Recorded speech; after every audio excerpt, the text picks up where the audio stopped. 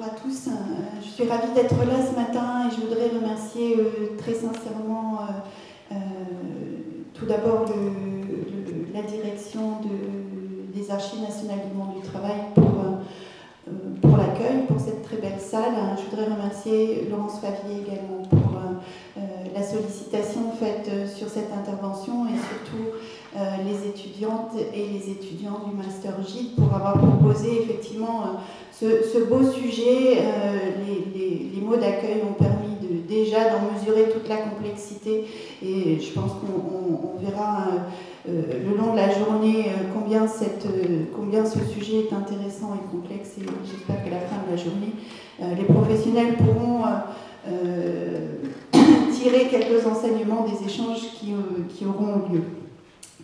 Alors c'est un honneur et un plaisir de commencer cette journée sur des sujets que j'ai un peu étudiés ces dernières années, sur lesquels j'ai un peu travaillé.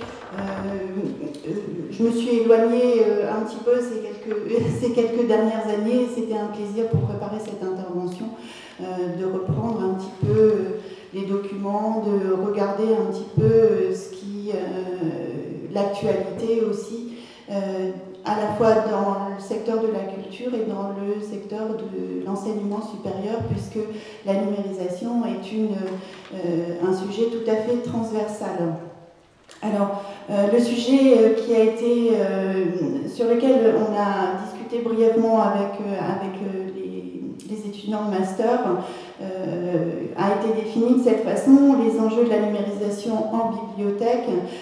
Donc c'est le cadre de l'intervention. Fort heureusement, même si des passerelles sont évidemment à faire, et il faut bien avoir en tête ces passerelles à faire avec les musées, avec les archives, avec le milieu culturel en général, avec la création artistique, tout ça est très articulé. Donc cette présentation concernera principalement les bibliothèques. Alors, il ne s'agit pas, pour vous expliquer un petit peu comment j'ai réfléchi à cette présentation, comment je l'ai organisée, il ne s'agit pas dans cette présentation de faire un panorama des différentes bibliothèques numériques, des différents projets de numérisation, des différents projets de valorisation, d'innovation technologique. Ça n'est pas vous ne verrez pas une liste, beaucoup de projets présentés parce que ça n'était pas le sujet. Il y a, si vous consultez évidemment le web, vous aurez toutes les informations sur ces sujets-là. Effectivement, il y a pléthore de projets. Ce que j'ai souhaité faire principalement, c'est peut-être replacer les enjeux actuels, j'aurais pu ajouter actuels au titre, dans une histoire longue aussi de la numérisation, parce que c'est important aussi de bien connaître cette histoire longue pour mesurer et pour évoquer la question des enjeux actuels. Dans quel contexte se situe-t-on? On a évoqué la volumétrie des documents numérisés. C'est un point qu'il faut prendre en compte quand on a la responsabilité de ces projets de numérisation dans un établissement, dans une bibliothèque plus particulièrement. Donc, plutôt retracer l'historique, poser le cadre actuel, puisque la numérisation se situe bien dans un cadre. Il a été évoqué tout au début de la journée la question de la politique nationale. Il y a bien une politique nationale de numérisation qui continue, qui existe aussi bien pour la culture que pour l'enseignement supérieur. Donc il faut que les actions puissent s'organiser dans ce cadre. Et ensuite, j'évoquerai tout à la fin les enjeux de la numérisation dans une bibliothèque. Très concrètement, quand on est face à une bibliothèque qui conserve des centaines de milliers de documents, que fait-on en termes de numérisation quand existe Gallica, Europeana, le futur portail des archives? Quel choix doit-on faire? Peut-on faire? C'est une question très compliquée face à ces volumes. Alors voilà, donc pour commencer un petit peu de contexte. Alors je n'ai pas tout à fait le droit de diffuser cette image, je vais le faire très très vite. Je ne sais pas si vous connaissez l'année de sortie de ce film que vous connaissez tous. 1997. Pour vous dire simplement, cette diapo a un sens, il y a un miroir tout à la fin de la présentation. 20 ans, ça fait 20 ans à peu près que l'on numérise dans les bibliothèques, que le ministère de la Culture a engagé des programmes de numérisation et un financement important de la numérisation. Donc une politique nationale forte qui a structuré le paysage de la numérisation et des bibliothèques numériques, plus tard de l'innovation technologique, donc dans les établissements. Donc 20 ans. Pour rappeler, alors je ne parle pas du pionnier, de l'ancêtre des bibliothèques numériques, c'est 1971, le projet Gutenberg, mais vous verrez qu'à la suite, tout se déroule à peu près entre 1996 et 2000 pour les grands projets qui démarrent. Donc la bibliothèque électronique de Lisieux, qui existe encore actuellement, qui a été aussi un pionnier en France. En 1996, le lancement du plan national de numérisation par le ministère de la Culture, donc ce plan qui s'est répété de façon annuelle jusqu'à très récemment, jusqu'à ces dernières années, avec des financements forts. 1997, la première version de Gallica, qui contenait à l'époque 2500 livres numérisés en mode image et 250 textes numérisés en mode texte. Les premières bibliothèques numériques que sont Medica par la Bibliothèque interuniversitaire de médecine et le CNUM, la bibliothèque numérique du CNAM.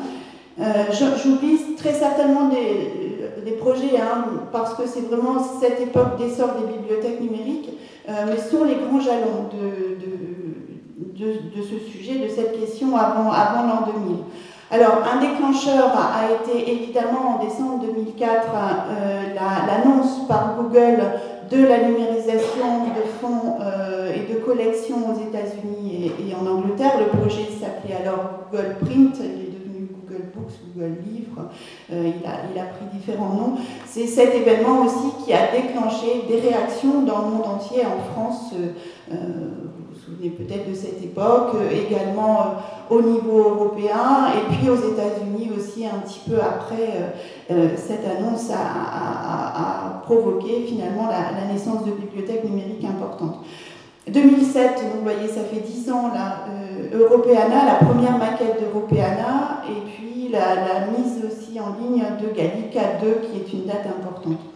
Voilà, enfin, pour terminer cette historique, entre 2005 et 2009, les chantiers de numérisation de masse de la BNF, on est passé aussi de numérisation plus expérimentale, de numérisation plus à la pièce, à vraiment des numérisations encore plus importantes et encyclopédiques. Dernière date que je voulais souligner dans cette première diapo, en 2012, la mise en ligne, le 12 décembre 2012, de Numelio, qui est la bibliothèque numérique de la bibliothèque municipale de Lyon, qui est aussi un projet très important, fait en contrat avec Google, la seule bibliothèque française à avoir travaillé dans ce cadre, et je vous invite à aller voir cette bibliothèque qui est alimentée de façon forte très régulièrement. Voilà, un petit aperçu donc, du projet Gutenberg en 97, Gallica dans sa presque première version en 98, on était à ce moment-là. Alors très rapidement, la numérisation du patrimoine et les bibliothèques numériques ont toujours suivi les évolutions technologiques générales, l'apparition de l'Internet qui a permis de rendre accessibles en ligne les catalogues et les portails dans un premier temps, puis l'augmentation du débit qui a permis de mettre en ligne les collections numérisées et les ressources électroniques. Les sujets ne sont pas si éloignés, on n'a pas forcément le temps d'aborder tous les sujets aujourd'hui, mais il faut bien faire le lien dans les bibliothèques entre ces deux types de documentation. Enfin, une nouvelle génération de sites, le Web 2.0 est arrivé ensuite et qui a amené aussi des évolutions fortes dans les bibliothèques numériques, le Web 2.0, les réseaux sociaux. Alors, encore quelques points d'histoire, parce que ce sont des documents fondateurs aussi pour la numérisation auxquels on peut encore se reporter, même si ces documents sont remplacés à mesure. Le rapport sur la numérisation du patrimoine écrit de Marc Tessier, présenté au ministère de la Culture en 2010, qui était plutôt un rapport bilan et puis un rapport aussi qui réagissait par rapport à Google Print et au projet d'envergure. Le rapport de Bruno Racine, Schéma numérique des bibliothèques, également publié en 2010, présenté en 2010 au ministre de la Culture, qui est encore beaucoup d'actualité aujourd'hui si vous le relisez, et qui a été aussi un socle fondateur pour des programmes. On va parler des bibliothèques numériques de référence qui sont en place dans les bibliothèques territoriales actuellement. Donc très rapidement, constituer des corpus documentaires les plus exhaustifs possibles, travailler sur les questions d'interopérabilité, des questions de partage, des questions d'échange, des questions de protocole, disséminer le plus largement possible les ressources du domaine public. C'est une question qui s'engage dans ces années-là, un petit peu avant, avec les rapports aussi de Bruno Rivabollet sur la dissémination du domaine public, la libération des données, la réutilisation des données, donc avec usage commercial ou non, avec modification ou non, toutes ces réflexions commencent à cette époque-là.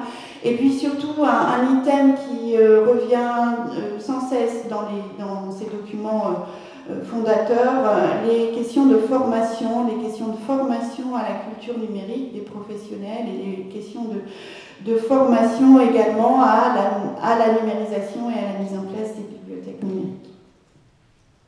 Alors, 3 démarches se sont succédées sur ces questions de bibliothèques numériques, avec des moments où plusieurs démarches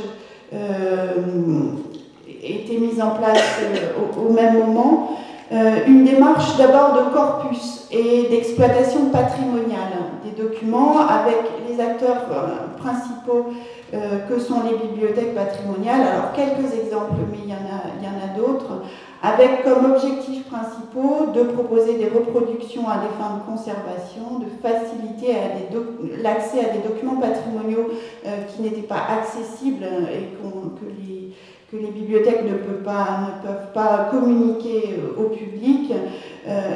Tout ça avec un socle basé sur le signalement, le catalogage, l'inventaire, puisqu'un document numérisé doit être catalogué, comme le dit les rapports qui ont été cités précédemment. Donc, exhaustivité des données, indexation, enrichissement régulier, les bibliothèques numériques ont commencé avec cette démarche. La deuxième démarche qui a suivi, c'est une démarche liée à la recherche et à l'exploitation scientifique des documents, avec les universités et les laboratoires de recherche comme acteurs, et avec quelques exemples très marquants. Je cite par exemple les bibliothèques virtuelles humanistes de Tours, avec à la fois de la diffusion de documents, mais une expertise scientifique et technique forte, un volet formation aussi à l'échelle nationale très fort, ce que continue la Maison des sciences de l'homme de Caen, le consortium Cahiers. On est vraiment dans cette lignée. Donc la valorisation scientifique des corpus, la mise à disposition avec, on y reviendra, des prérequis de numérisation de très haute qualité, d'exhaustivité des données, d'implication des chercheurs, de mise à disposition de corpus directement exploitables par les chercheurs. Et enfin, la troisième démarche qui a aussi suivi, c'est une démarche de valorisation culturelle et donc d'éditorialisation des sites mis en place par les bibliothèques patrimoniales, les éditeurs, le monde éducatif et surtout les internautes. On arrive aussi à un moment où les internautes sont acteurs des bibliothèques numériques. Vous connaissez tous des exemples exemple de bibliothèque numérique où on demande aux internautes d'alimenter des commentaires sur les corpus, de donner un avis, d'aider à la transcription de l'OCR. Il y a de nombreux sites dans ce cas. Donc des produits, c'est assez divers en fait, cette troisième démarche, ça donne naissance à des sites ou à des produits assez divers. Le projet qui a été cité, qui a été exposé au Palais des Beaux-Arts récemment, fait partie de cette démarche, donc des produits éditoriaux, muséographiques, pédagogiques, avec un objectif principal qui est de promouvoir les collections auprès d'un large public, avec des enjeux pédagogiques, scientifiques, mais aussi pédagogiques, culturels beaucoup plus larges. Alors, ces 20 ans passés, dont il faut tenir compte, ont produit des réalisations nombreuses. Vous pouvez voir ces réalisations sur le site Patrimoine numérique ou sur le moteur collection du ministère de la Culture. Je suis allée voir un petit peu ce matin les statistiques de patrimoine numérique. 1043 institutions sont impliquées dans la numérisation et dans la construction de bibliothèques numériques depuis ces années 96. Les services de l'inventaire étaient aussi très actifs, les musées aussi très actifs. Pour 3262 collections. On ne parle pas de ressources, on parle bien de collections. Donc c'est tout à fait significatif et la politique nationale est derrière, bien sûr, ces réalisations. Ces 20 ans passés ont permis aussi aux professionnels de maîtriser des techniques qui restent difficiles quelquefois à comprendre, à maîtriser, à organiser, à utiliser pour créer des outils, les mettre à disposition du public. Donc les techniques de numérisation, vous savez, les données, les formats, les protocoles, avec toutes les évolutions qui vont avec. Donc des professionnels aussi qui ont été formés à la question des métadonnées, de la structuration, de l'encodage, qui ont aussi beaucoup travaillé sur la question des usages et des questions juridiques aussi. Ça fait partie d'un contexte général de projet. Un grand nombre de professionnels formés à l'ENSIB, dans les centres de formation aux carrières de bibliothèque, par les archives de France. Il y a eu des cycles de formation particulièrement importants, avec des documents de référence également qui permettent aux professionnels de s'informer, de se former et d'avoir des éléments pour travailler. Donc, les fiches du ministère de la Culture, par exemple, les guides qui sont publiés sur le site de l'ENSIB font partie de ces documents de référence. Alors, pour terminer cette première partie, cette capitalisation finalement issue de la formation, issue des premières mises en ligne, parce que dans les bibliothèques numériques, quelquefois il faut tester, il faut faire pour voir si ça fonctionne. Enfin, il y a cette espèce aussi d'évolution, d'évaluation permanente à mettre en place autour des projets, a permis aussi de travailler autour de ce qu'on appelle la numérisation durable, la numérisation dans un cadre de développement durable, pour lequel on travaille sur des documents numériques de qualité, donc sur des questions de résolution, pas trop haut, pas trop bas, des questions d'indexation indispensables à chaque image, à chaque document, à chaque collection. La question des métadonnées est particulièrement importante et fait partie de la responsabilité première des professionnels de la documentation. Les questions de fidélité à l'original, les questions de format ouvert, donc sur les questions de numérisation au sens strict, et puis dans un sens plus large, les questions de mise en ligne, les questions de système ouvert, durable, évolutif. Les professionnels ont travaillé sur ces questions-là, avec un point sur lequel il y a eu beaucoup de travail, mais beaucoup de travail aussi de la part plutôt des professionnels qui sont dans les institutions nationales. Je pense sur la conservation au CINES ou à la BNF avec SPAR, encore des connaissances à acquérir sur ces questions de conservation. Mais en tout cas, ce socle complet a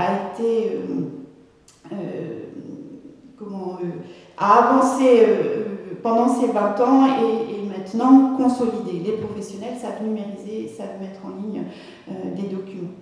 Alors, nous sommes en 2017, donc 20 ans après. Dans quel contexte peut-on se situer pour pouvoir travailler? Alors, il y a deux dispositifs qu'il est important de connaître, puisque c'est le cadre de travail finalement des bibliothèques actuellement. Les bibliothèques de collectivités territoriales qui relèvent du ministère de la Culture d'une part, et les bibliothèques de l'enseignement supérieur d'autre part, puisque c'est ainsi que sont structurées les bibliothèques en France depuis de nombreuses années. Mais vous allez voir que les projets se rapprochent et les professionnels de la documentation travaillent évidemment ensemble. Alors le premier cadre de travail, c'est le cadre des bibliothèques numériques de référence, qui est un cadre piloté par le ministère de la Culture, qui a été lancé en mars 2010 dans le cadre des contrats numériques et dans le cadre de 14 propositions pour le développement de la lecture. Vous voyez que ça dépasse les projets de numérisation, ça dépasse la numérisation patrimoniale, mais la numérisation patrimoniale fait partie de ces projets. Donc, identifier des établissements, 5 au départ, il y en a beaucoup plus actuellement, mais 5 au départ, établissements établis en région, qui pouvaient travailler selon les critères que vous pouvez lire, donc s'appuyer sur une infrastructure informatique de haute qualité, ce qui est quelquefois difficile à mettre en place dans les collectivités, comme partout. Permettre l'intégration dans des réseaux par l'interopérabilité, disposer d'un personnel qualifié. Alors j'explique un peu, dans ce cadre a été aussi construit les postes de conservateurs d'État mis à disposition des bibliothèques municipales. Donc les conservateurs d'État étaient amenés à mener ce type de projet. Élaborer un plan de développement pluriannuel, c'est-à-dire qu'on ne fait plus de la numérisation au fur et à mesure sans vraiment projet scientifique élaboré. On travaille bien en lien avec ce qu'on appelle un PSC, un plan, un projet scientifique et culturel, pédagogique, on ajoute quelquefois, ou éducatif. On a à travailler selon ce plan pluriannuel. Et puis enfin, prendre en compte les grandes orientations de la politique numérique de l'État. On revient au schéma numérique des bibliothèques, c'est-à-dire qu'on travaille avec tout l'historique que je vous ai cité, avec Gallica, avec les grands acteurs de la numérisation. Au 31 décembre 2015, il y avait 21 bibliothèques numériques de référence labellisées. Il y en a encore plus maintenant, puisqu'il y avait des candidats en cours. Et 9 millions ont été mobilisés sur la DGD, sur la dotation générale de décentralisation, la deuxième part, quelquefois la première part, pour financer ces projets selon des pourcentages variables, autour de 50% à peu près. Donc voilà la carte des bibliothèques numériques de référence. Vous voyez que la région de France est bien représentée, avec à la fois des villes qui sont bibliothèques numériques de référence, et aussi des médiathèques départementales de près. C'est le cas de la médiathèque du Pas-de-Calais, qui permet de structurer finalement la numérisation en région, et qui permet d'identifier des acteurs forts sur la numérisation. Alors, je vous invite à lire le rapport de l'Inspection générale des bibliothèques sur les bibliothèques numériques de référence, qui est un rapport qui a été publié fin 2016 et qui présente des recommandations pour faire évoluer ce dispositif, qui est reconduit.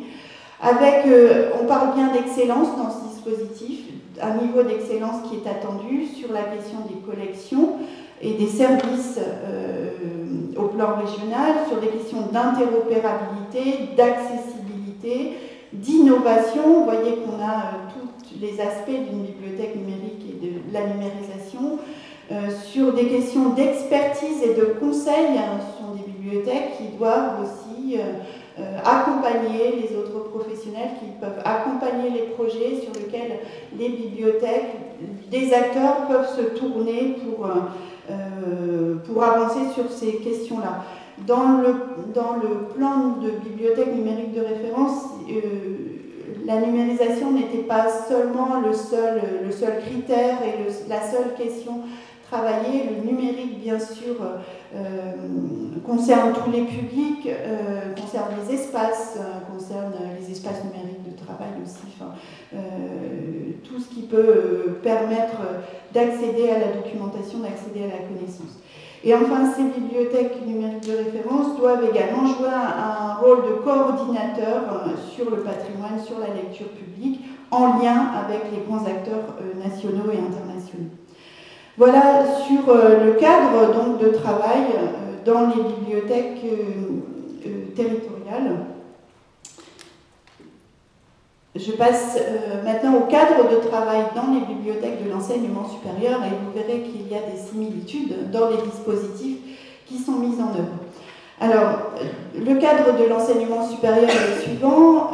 En 2009 est mis en place un dispositif qui s'intitule BSN, Bibliothèque scientifique numérique, créé à l'initiative du ministère de l'Enseignement supérieur et de la Recherche, et qui vise à coordonner les actions dans le domaine de l'information scientifique et technique. Les ressources numériques sont importantes dans le cadre de ce dispositif. Il s'agit d'en privilégier l'accès et la consultation et la mise à disposition. On parle bien dans ce cadre de ressources gratuites et de ressources également que l'on peut acquises à titre payant. Alors il y a un segment, la BSN est constituée en 10 segments. Il y a un segment qui concerne plus particulièrement la numérisation, qui est le segment 5, qui favorise la mise en place de guides de bonne pratique, qui favorise la formation, qui favorise les échanges entre les experts, entre les professionnels de la documentation pour pouvoir avancer au niveau national sur ces questions de numérisation. 2 appels à projets ont été lancés par la BSN 5, donc en 2013-2014, qui ont donné lieu à une trentaine de projets financés. Il y avait bien plus de candidats pour, vous voyez, des sommes importantes, 650 000 € à peu près pour chaque appel à projet. Les projets sont actuellement presque tous en ligne. Suite à la BSN, enfin, le BSN existe encore, mais le prolongement, un des prolongements de BSN, si on peut dire ça de cette manière, c'est un petit peu plus compliqué, a été la mise en place du dispositif Colex, une grande infrastructure de recherche pilotée par le ministère et pilotée par l'agence Athéna, qui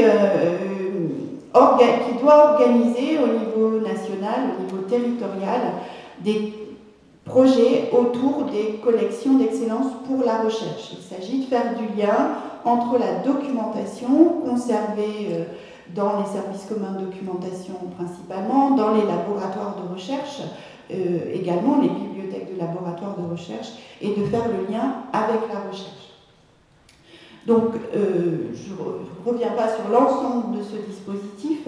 Ce dispositif qui s'appelle Colex Percé possède un volet numérisation qui vise à mettre à disposition des ressources pour la numérisation, qui vise à mettre à disposition des documents textuels, iconographiques dans une qualité optimale. On revient à ce critère de qualité qui est extrêmement important. Constituer des bibliothèques, des corpus virtuels, donner également aux chercheurs des outils pour travailler à partir de ces corpus. Un soutien financier est prévu donc, dans le cadre de Colex sur ces projets de numérisation. On retrouve aussi autour de Colex des acteurs importants sur les aspects numérisation que sont Percé, la BNF, l'INIST est également acteur de ces projets de numérisation.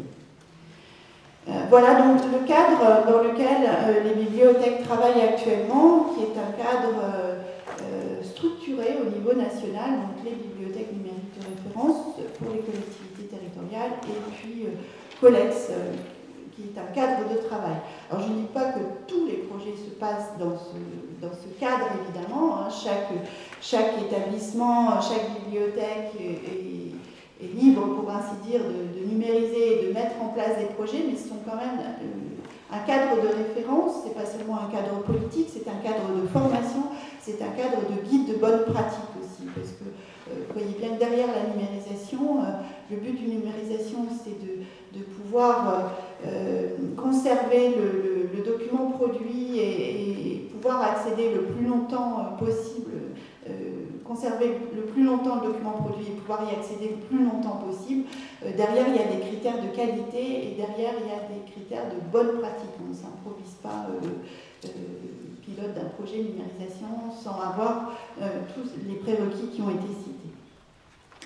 Alors les enjeux maintenant, pour arriver donc à cette troisième partie, que fait-on dans les bibliothèques très concrètement quand on conserve des documents patrimoniaux, des documents 19e, des documents 20e, des documents plus récents, des collections françaises, des collections étrangères, des archives scientifiques. Donc un panel de documents qu'il convient de valoriser, hein, puisque les documents dans les bibliothèques sont faits pour être conservés, mais sont faits aussi pour être surtout communiqués. Donc comment travaille-t-on à partir de ces documents? Mes collègues auront reconnu une partie des magasins de la bibliothèque universitaire de Lille 3. Alors, encore, avant d'évoquer ces enjeux, dans quel contexte on travaille, puisqu'il faut tenir compte des grands acteurs nationaux aussi. On travaille dans un contexte où Gallica, qui vient de changer sa page d'accueil il y a quelques jours, hein, je vous conseille d'aller voir la page d'accueil de Gallica, c'est une petite révolution et c'est très très intéressant. Gallica, c'est 4 millions, plus de 4 millions de documents, 1500 pages numérisées par jour, 305 partenaires, puisque Gallica est une bibliothèque numérique collective, qui travaille à des dispositifs qui concernent l'ensemble des bibliothèques. La marque blanche, qui est un dispositif qui met à disposition des bibliothèques territoriales l'infrastructure Gallica pour mettre en ligne les documents, qui travaille sur la question des données avec data.bnf et qui travaille sur SPAR, donc qui est le système de préservation numérique. Donc tous les projets aussi sont liés à ces évolutions fortes de Gallica. Quelques diapos sur la question de la marque blanche. Numistral a été la bibliothèque numérique de la BNUS. Strasbourg a été la première bibliothèque mise en ligne sous marque blanche. Il y avait aussi la grande collecte qui était sous marque blanche. Très récemment, les bibliothèques numériques de Rouen et de Grenoble ont également été publiées sous marque blanche, c'est-à-dire que c'est l'infrastructure Gallica et toutes ses fonctionnalités qui permet la mise en ligne. Alors, pour continuer à travailler, je reviens juste avant aux bibliothécaires qui se posent des questions devant les rayonnages, devant les collections. C'est intéressant de savoir ce que va faire Gallica dans les prochaines années, jusqu'en 2020 par exemple, pour un peu coordonner les efforts locaux avec les efforts nationaux. Alors, on attend, je n'ai pas vu la charte documentaire de la numérisation des collections de la BNF, dont les principaux axes ont été un peu dévoilés aux journées des pôles associés de la coopération fin 2016. Donc, vous voyez que la BNF va publier donc, des lignes stratégiques et des priorités qui sont importants à connaître quand on conserve d'autres documents qui pourraient être numérisés. Savoir que c'est plutôt le domaine public qui va être numérisé, enfin c'est pas étonnant, mais c'est intéressant d'avoir l'information et d'en prendre compte, savoir si ce sont plutôt les collections françaises, les collections étrangères, les thématiques également qui seront travaillées, c'est aussi un contexte à connaître. Europeana, c'est 53 millions de documents. Donc là aussi, on travaille en référence à des bibliothèques numériques, enfin un portail en l'occurrence Europeana, qui ont vraiment un socle de documents mis en ligne important. Je trouve inutile de numériser des collections qui sont correctement numérisées dans Gallica et dans en plus sont conservées, si possible, de façon pérenne. Le temps n'est pas au budget important et aux efforts à faire sur des campagnes de numérisation qui ont déjà été faites ailleurs. Donc l'évolution d'Europeana, elle est aussi importante à connaître. Donc la valorisation des collections thématiques, musique, histoire de l'art, photographie, presse, les projets d'Europeana sur les questions de modernisation, de mise en ligne et d'appropriation du patrimoine autour d'usages pédagogiques, d'accès thématique, les facilités qui seront données sur l'agrégation des données, donc pouvoir verser un peu plus facilement sur Europeana, et puis surtout Europeana, comme Gallica, va s'orienter aussi vers la recherche. Donc c'est important, vous avez vu que le mot recherche revient à plusieurs reprises, hein, que ce soit pour Colex, vous me direz c'est normal, mais aussi pour Gallica qui va aussi s'orienter vers des projets de numérisation pour la recherche, Europeana également.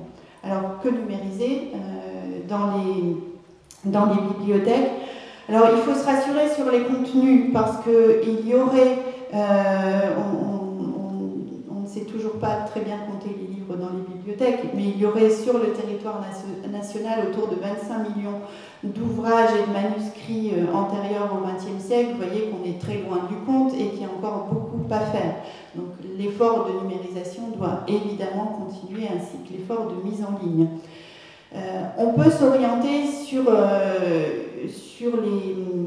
les objectifs suivants.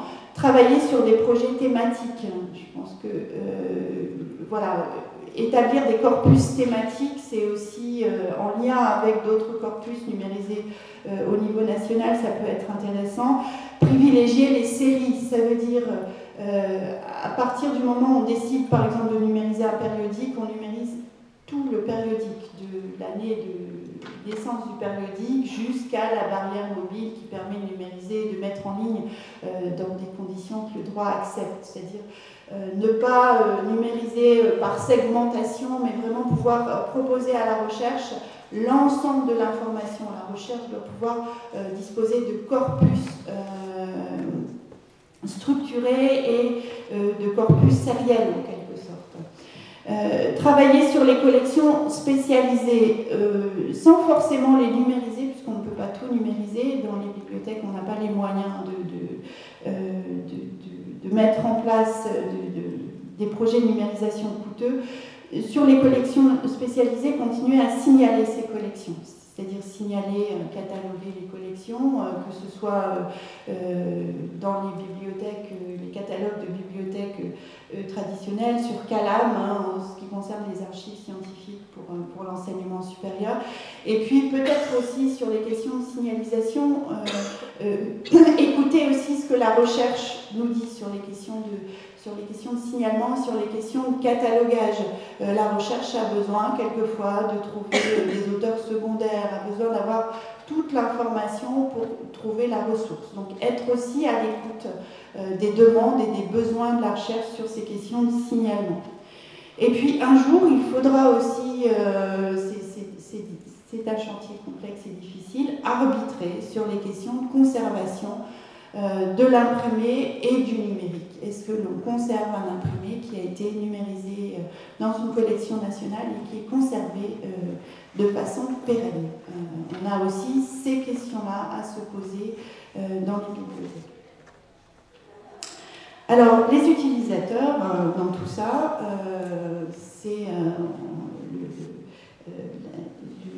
les enjeux ont été évoqués en introduction de la journée. On parle plutôt d'utilisateurs, on parle de communauté aussi d'utilisateurs. Il est difficile de servir dans un même projet tous les utilisateurs, le public large, je ne sais pas très bien ce que ça veut dire, le public large, en tout cas le grand public, comme on le dit, la recherche, tous les besoins.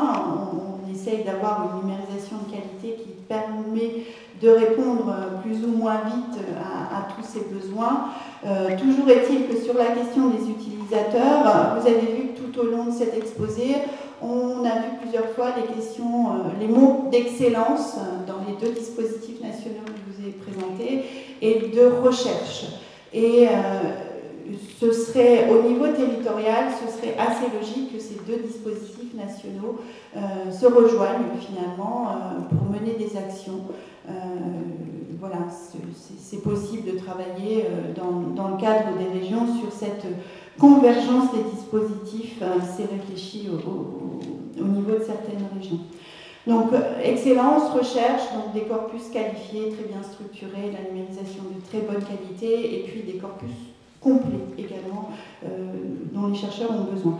Sur les questions de médiation, donc, comment est-ce qu'on décline les avancées du web, les avancées d'usage, les usages du grand public. Le ministère de la Culture a mis aussi en place des financements, des dispositifs autour des innovations technologiques. Le principal enjeu dans les bibliothèques, c'est la question des personnels formés, c'est-à-dire formés au corpus et formés à la médiation. Alors, ça veut dire aussi derrière de la mobilisation autour d'une culture numérique partagée par les équipes, et puis de la formation sur les questions d'utilisation, d'usage du web, d'utilisation, de besoins, d'expérience utilisateur. Donc voilà sur ces questions d'enjeu. Alors, je ne sais pas quelle heure il est. Non, j'ai encore quelques minutes. Alors, pour terminer,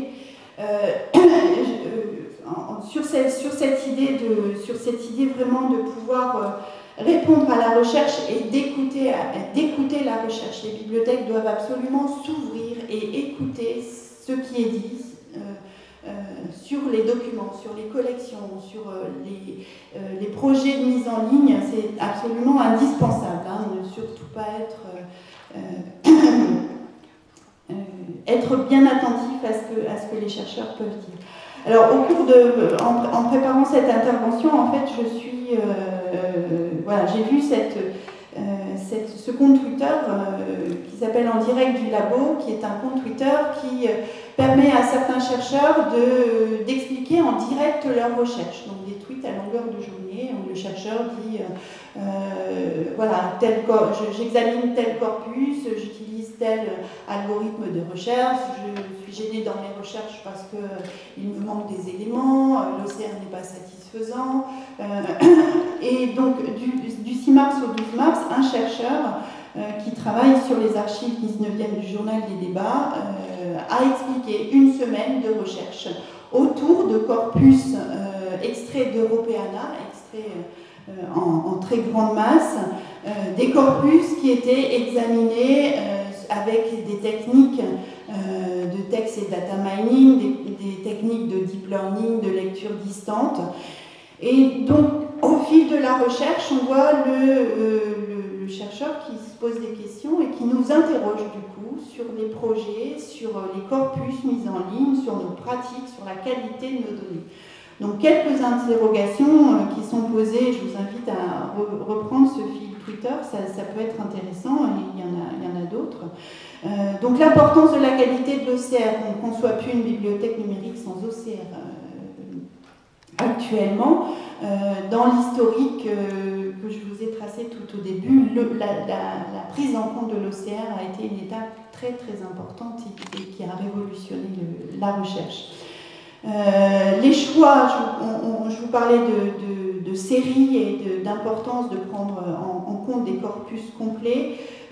La recherche peut être biaisée quand des corpus incomplets sont mis en ligne et quand on n'a pas les mêmes outils pour solliciter ces corpus. Les ressources qui peuvent être numérisées avec une couverture assez inégale des types de publications. On numérise plutôt des ouvrages, on numérise plutôt des périodiques, plutôt d'autres supports, et tout ça peut aussi biaiser la recherche. Alors le chercheur en question qui donc a fait ce travail de publication de sa recherche s'est penché du coup sur la bibliographie nationale de la France. Les bibliothécaires ne sont pas les seuls à connaître cet outil de travail qui permet de connaître l'histoire de l'édition, les volumétries d'édition aussi. Des comparaisons ont été faites avec la bibliographie nationale de la France.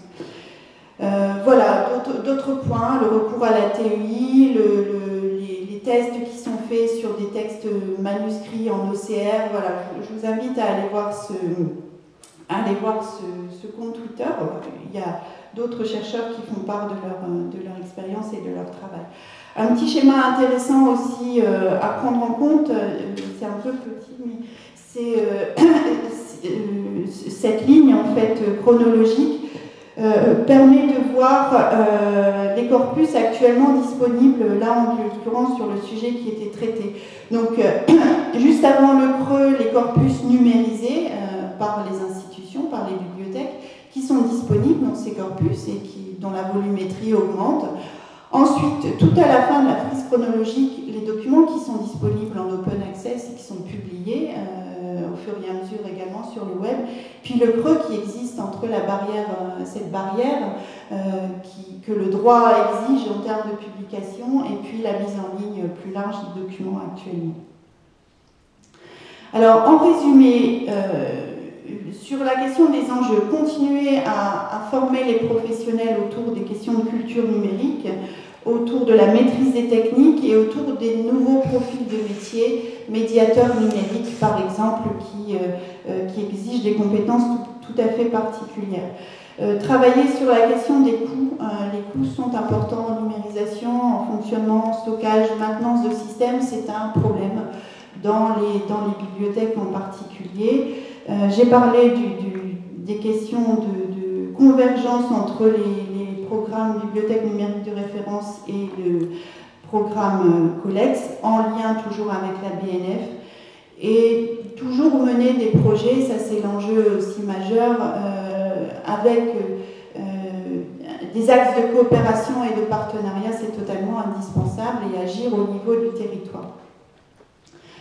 Alors, pour tout à fait terminer, je voulais, c'est l'écho au Titanic tout au début, c'est le poisson rouge. Alors, je ne sais pas si ça vous dit quelque chose, ce poisson rouge. Alors, le poisson rouge, ça fait référence à l'attention possible de l'internaute. Il y a de nombreux articles qui sont parus sur ce projet.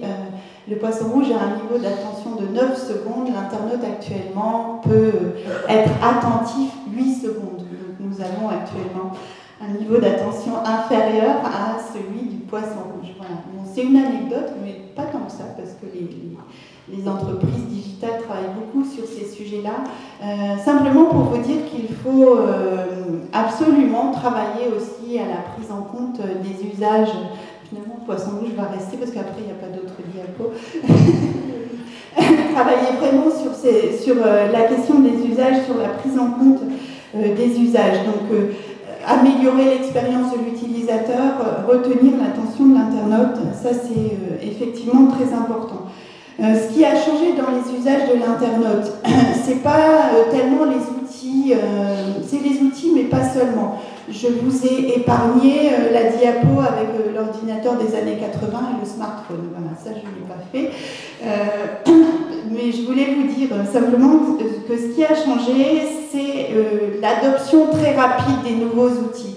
Il a fallu une centaine d'années pour qu'il y ait un nombre significatif de personnes qui adoptent le téléphone. Sur la téléphonie, ça a été encore plus rapide. Facebook a été pris en charge par plus d'1 million de personnes en 2 ans à peu près. Pokémon Go, en 1 mois, il y avait des millions de personnes. Alors tout n'est pas comparable, mais c'est l'accélération du mouvement et la prise en compte de ces différents usages. Alors, en conclusion, si je peux, oui. En conclusion, je voudrais quand même, puisqu'on a vu différents points, finalement, différents calendriers possibles, différents niveaux possibles d'appréhension de ces projets dans les bibliothèques, surtout, il faut continuer à travailler sur des infrastructures solides, c'est-à-dire des bibliothèques numériques. Ce qui permet la communication, ce qui permet l'interopérabilité, ce qui permet de structurer le projet sur le long terme. Par contre, sur la question des vitesses de projet, il faudrait pouvoir, sur ces questions de nouveaux usages, de nouveaux outils, d'outils qui défilent très très vite, pouvoir mener des projets de façon plus rapide sur les questions de valorisation, sur les questions d'action d'action pédagogique sur des structures projets plus courtes, déconnecter un petit peu l'infrastructure technique lourde et qui va durer quelques années, on ne fait pas un site web tous les ans, et puis ces actions de valorisation qui doivent avoir un rythme accéléré, qui doivent avoir des vies courtes, qui doivent pouvoir être évaluées en permanence aussi.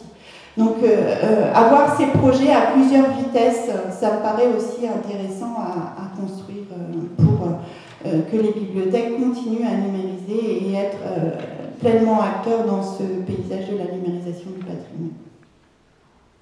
Je vous remercie.